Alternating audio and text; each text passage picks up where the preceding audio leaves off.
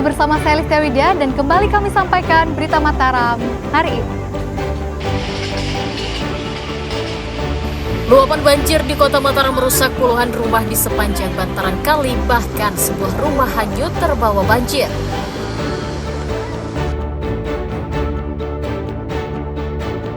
Seorang mahasiswa dan rekannya di Mataram diringkus polisi karena mengedarkan narkoba.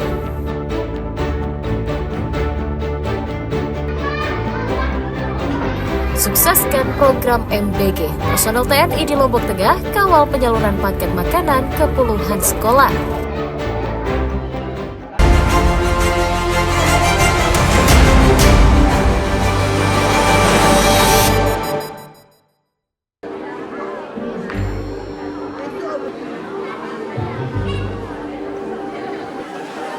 Ratusan orang tua dan calon siswa ramai mendatangi sejumlah sekolah unggulan di Kota Mataram usai dibukanya pendaftaran sekolah pada Sabtu lalu. Seperti di SMP Negeri 1 Mataram, sejumlah orang tua mendatangi sekolah sejak pagi hari agar dapat mendaftar lebih awal. Sebagian besar calon siswa mendaftar melalui jalur prestasi dan afirmasi untuk memperebutkan kuota yang dibuka karena pendaftaran jalur domisili baru dibuka pada awal bulan Juli pekan ini. Selain dinilai lebih praktis, para calon siswa datang langsung ke sekolah karena aplikasi online diklaim sering bermasalah.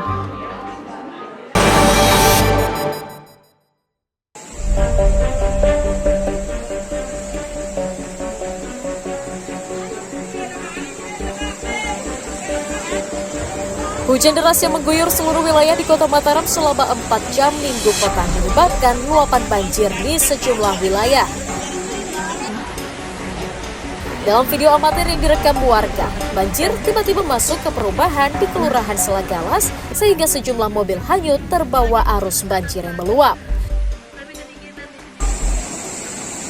Derasnya arus banjir juga memutus jalan penghubung antar desa di Kelurahan Pertais. Menurut data sementara dari Badan Penanggulangan Bencana Daerah Kota Mataram mencatat, wilayah terparah terdampak banjir berada di 3 kecamatan, meliputi Sandubaya, Mataram, dan Cakranegara.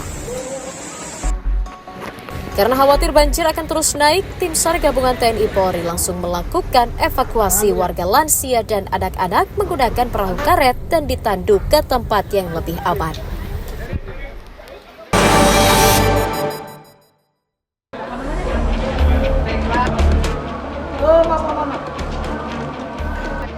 Dua mantan polisi berinisial Y dan HC yang terlibat dalam pembunuhan Brigadir Nur Hadi akhirnya ditahan Direktorat Reserse Kriminal Polda NTB sejak Senin siang.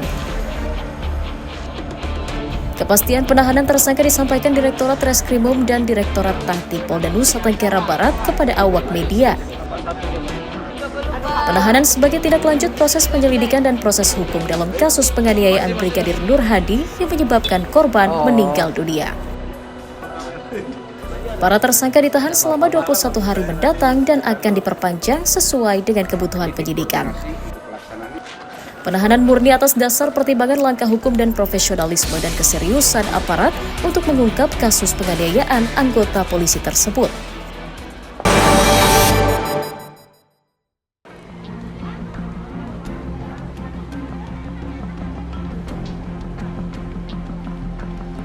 Banjir besar akibat luapan sungai di Kota Mataram menyebabkan sejumlah jembatan rusak dan terputus di sejumlah wilayah.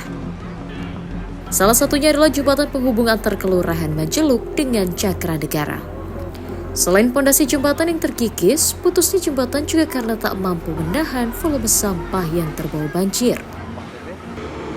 Di kawasan ini sedikitnya 30 unit rumah warga rusak berat dan belasan warga juga terluka saat menyelamatkan diri dari derasnya banjir.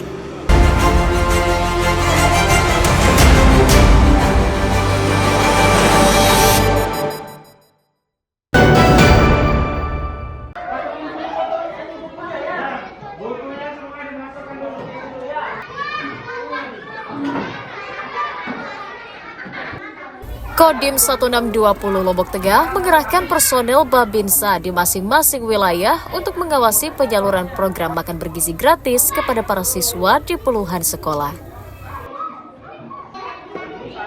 Ini untuk memastikan program pemerintah pusat tersebut berjalan lancar dan tersalurkan tepat sasaran ke sekolah yang telah terdaftar.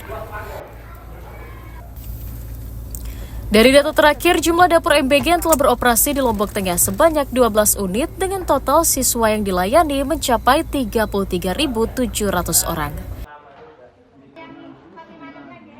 Dandim 1620 mengajak semua pihak turut menyukseskan kegiatan MBG tersebut untuk memastikan anak-anak di daerah mendapatkan asupan makanan yang bergizi sesuai yang dihajatkan Presiden Prabowo Subianto. Tahapan itu kan pasti akan ada evaluasi. Ini memang menjadi tugas penting bagi kita, terutama Kodim 1620 Lombok Tengah ini selaku badan pengawasnya, untuk mulai dari memproduksi sampai dengan menyalurkan ke anak sekolah.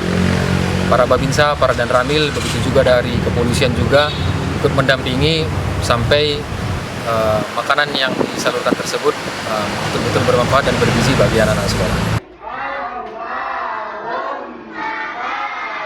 Program makan bergizi gratis diharapkan dapat memberikan dampak positif terhadap kesehatan anak-anak, meningkatkan kualitas pendidikan, serta menurunkan angka stunting di daerah. Lukmanul Hakim melaporkan dari Kabupaten Lombok Tengah.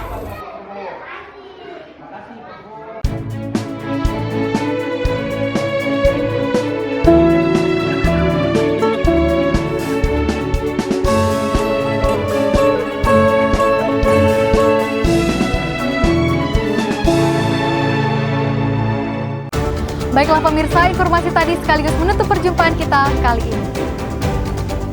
Saya Listia Widya dan segenap kru SSJ yang bertugas pamit undur diri dari hadapan Anda. Terima kasih, sampai jumpa dan selamat beraktivitas.